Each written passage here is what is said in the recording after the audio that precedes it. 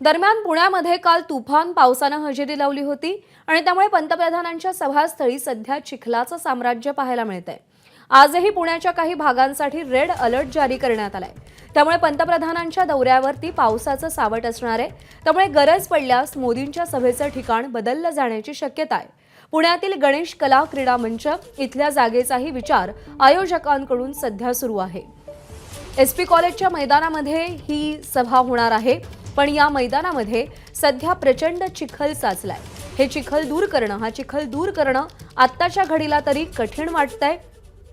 त्यातच पुण्यामध्ये पुन्हा एकदा काही भागांमध्ये पाऊस बरसेल असा अंदाज आहे आणि त्या पार्श्वभूमीवर सभास्थळ बदललं जाऊ शकतं असा अंदाज आहे। दरम्यान पंतप्रधान नरेंद्र मोदींच्या सभेसाठी प्लॅन बी म्हणून पुण्यातील गणेश कला क्रीडा मंच इथल्या जागेचा विचार आयोजकांकडून सुरू आहे। या ठिकाणी जय्यत तयारीही करण्यात आली आहे। आढावा घेतलाय शिवानी पांढरे हिने।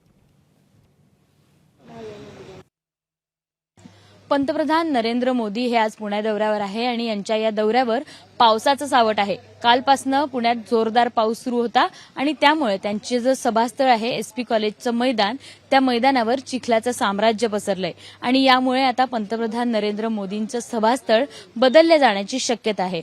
पुण्यातल्या गणेश कला क्रीडा मंचावर त्यांचं हे सभास्थळ बदललं जाऊ शकतं। इथे साधारण 2 ते 2.5 हजार लोक बसण्याची क्षमता आहे आणि महत्त्वाचं म्हणजे आता या सभास्थळाला प्लॅन बी म्हणून बघितलं जात आहे। बीडीडीएसचं जे स्क्वॉड आहे त्याच्यासोबतच सगळी फुलांची सजावट या ठिकाणी करण्यात येते आहे, जेणेकरून जर दुपारी 3 नंतर कालच्याप्रमाणे पाऊस वाढला तर मोदींची ही सभा ऐनवेळी या ठिकाणी शिफ्ट होऊ शकते आणि अशी शक्यता आता सध्या वर्तवली जाते।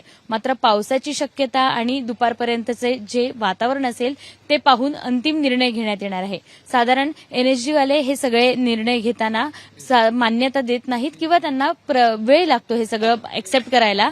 मात्र अजून जरी पावसाचा प्रमाण वाढलं किंवा पाऊस वाढला पुण्यात तर त्यांची सभा या गणेश कला क्रीडा मंचावर होण्याची शक्यता आता वर्तवली जाते। अर्थात अंतिम निर्णय या सगळ्या वातावरणावर अवलंबून असणार आहे।